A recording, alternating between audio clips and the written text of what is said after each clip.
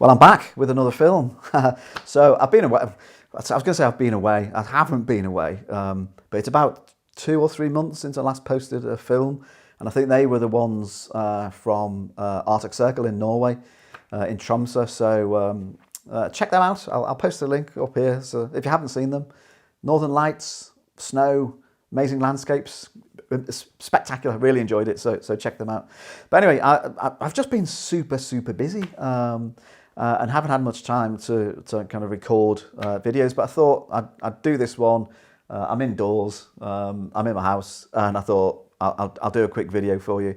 But I was super kind of busy in the lead up to Christmas with other stuff, so I was really pleased. I've done quite a lot of work for BBC Wildlife magazine over the past, but my first ever front cover, so I was really pleased with BBC Wildlife front cover, because I think BBC Wildlife's the best natural history magazine in the world. So getting the front cover was special.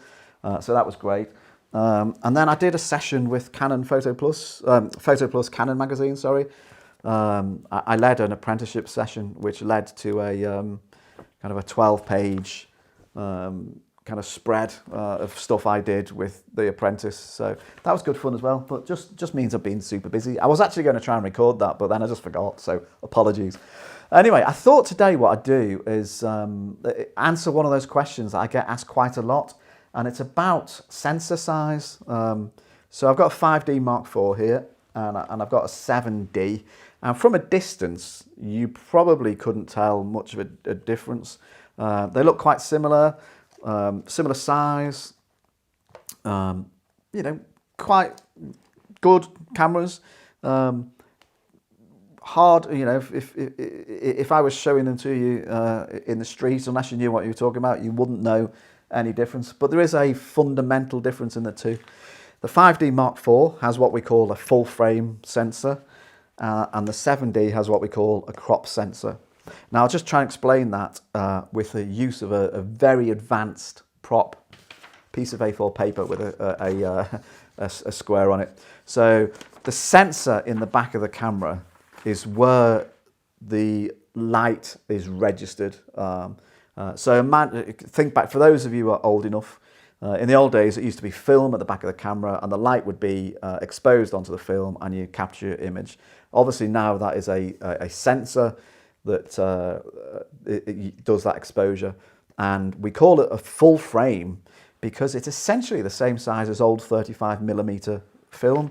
So if this was my sensor at the back of my 5D, it's a 36 by 24mm frame sensor, and we call that full frame. Now, in the 7D and some other cameras, there's a smaller sensor, and we call that the crop sensor, and that is this blue square or purple square, and the crop sensor in this 7D is 22.3 by 14.9. It's essentially 1.6 times the size smaller of the full frame sensor. I think in a Nikon it's 1.5 times smaller, kind of the total area. In Canon it's 1.6. So what you have is a smaller sensor capturing the light that comes into the camera. People talk about the differences.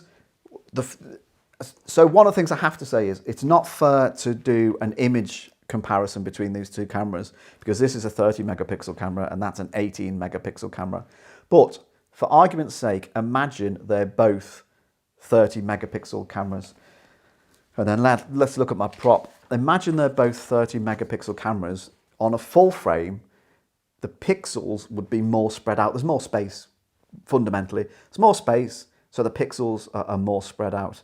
On the crop sensor, there's less space, so the pixels are more closely packed and are smaller. So what that means is a full frame sensor is typically better at gathering the light, the information, light that comes into the camera. So a full frame sensor would be typically better at low light situations. So when I was photographing the Northern Lights, for example, or if you're photographing stars or anything low light, a full frame sensor would be advisable because it's better at capturing. Imagine it's a window. The full frame full-size window compared to a smaller window, you just see more out of it. Essentially, there's kind of technical and physics that we could go into, but essentially, the bigger the sensor, the more information it can capture, the more light it can capture.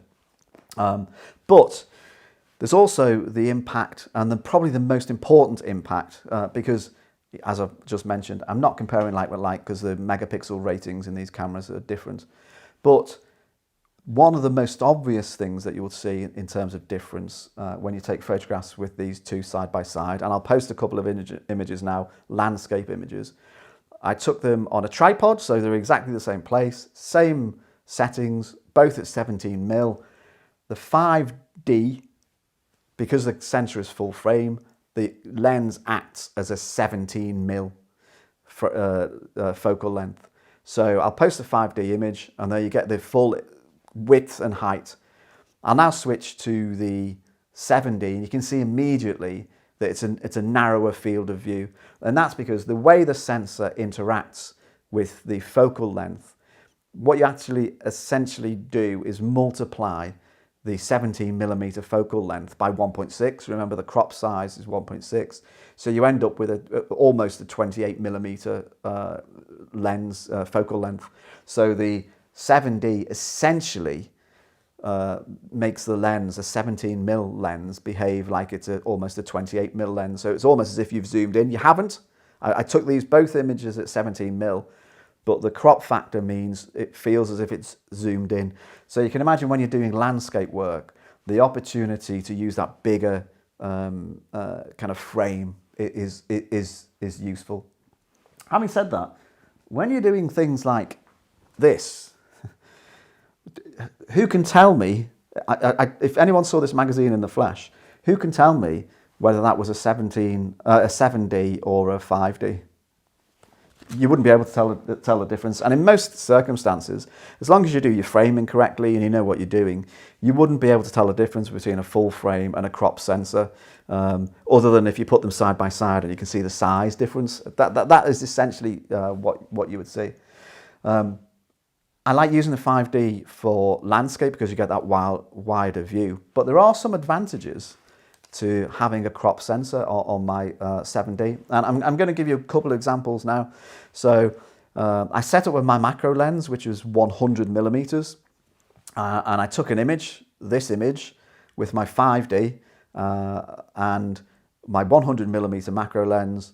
And I got this image of a Russian doll. I then switched exactly the same position, didn't move the camera, didn't move the doll. I then switched to the 7D, and I'll show you that image now. And you can see it looks as if it's a lot closer. In fact, the cameras were exactly the same distance away from the Russian doll. But because of the crop effect, the 100mm lens essentially, effectively works like a 160mm lens. So for macro work, I could afford to be further away from the subject and get the same size image. So imagine if I'm taking photographs in the garden of a butterfly or an insect. With the 7D making the 100mm lens act like a 160mm lens, I could actually be further away and get the same size image that I would get with the 5D. And that's quite useful if you're taking images of things that can fly away or run away. You can afford to be a little bit further away. That's also true for every lens that you would use a crop sensor on. So I'm going to post an image that I took across the garden. This one with a 5D, and this time a 400mm lens. So the 5D behaves, interacts with the lens and makes it act like a 400mm lens. But here's the image I took with the 7D, and the 400mm lens is now effectively acting like a 640mm lens. So again, it looks as if I'm a lot closer. In fact, again, on the tripod, exactly the same distance away, but the crop sensor effect makes it look as if I'm a lot closer. And in fact, this picture of this robin was taken with my 7D and my 400mm lens. Now just think about that. How much does a 400mm lens cost and how much does a 600mm lens cost?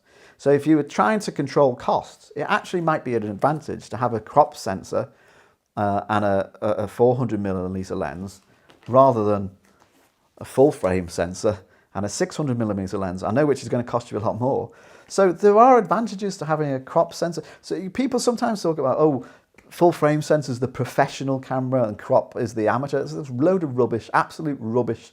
I use my 7D a lot for my macro and my wildlife stuff because I've got more reach.